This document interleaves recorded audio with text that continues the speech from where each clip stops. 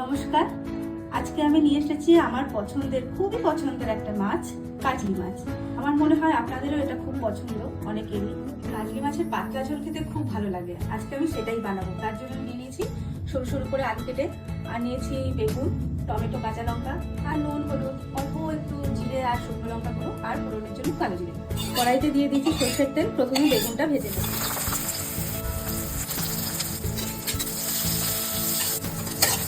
বেগুনটা ভাজা হয়ে গেছে, তুলে নিচ্ছি। আবার কড়াইতে একটু তেল দিয়ে দিচ্ছি। এবার ওই তেলে একটু কালো জিরা ফোড়ন দিয়ে আলুগুলো ভেজে নিচ্ছি। ততক্ষণে মাছগুলোতে একটু নুন আর হলুদ মাখিয়ে রাখছি। একটু কাঁচা তেলও দিয়ে দিচ্ছি। আলুগুলো ভাজা হয়ে গেছে। এবার এর মধ্যে দিয়ে দিচ্ছি টমেটো আর কাঁচা লঙ্কা। একই সাথে দিয়ে দিচ্ছি পরিমাণ মতো মশলা।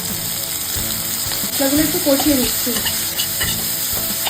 ভালো করে কষানোর জন্য একটু জল দিয়ে দিলাম। মশলাটা ভালো করে কষে গেছে। এবারে দিয়ে দিচ্ছি মাছগুলো। মাছগুলো দিয়ে বেশিক্ষণ রাখবো না, এক্ষুনি জল দিয়ে দিচ্ছি।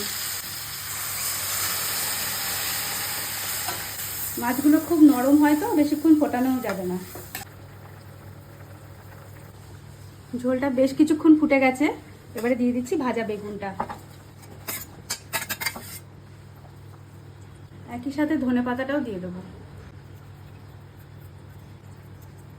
হয়ে গেছে আমার কাজলি মাছের পাতলা ঝোল। এবার ঢেলে নিচ্ছি।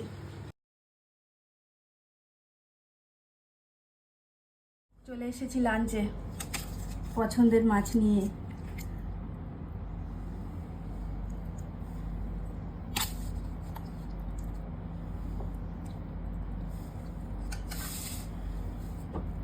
আমার তো খুবই প্রিয় এই মাছের ঝোলটা। খুব খুব ভালো লাগে এটা। আপনাদের কার কার ভালো লাগে বলবেন। এটা তো কাটা হয় না, একটুখানি মাঝখানেই একটা কাটা থাকে।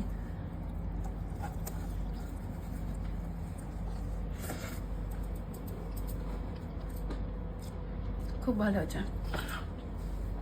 মাছটার টেস্টটাই খুব ভালো। যেরকমভাবে রান্না করা হোক ভালো লাগে।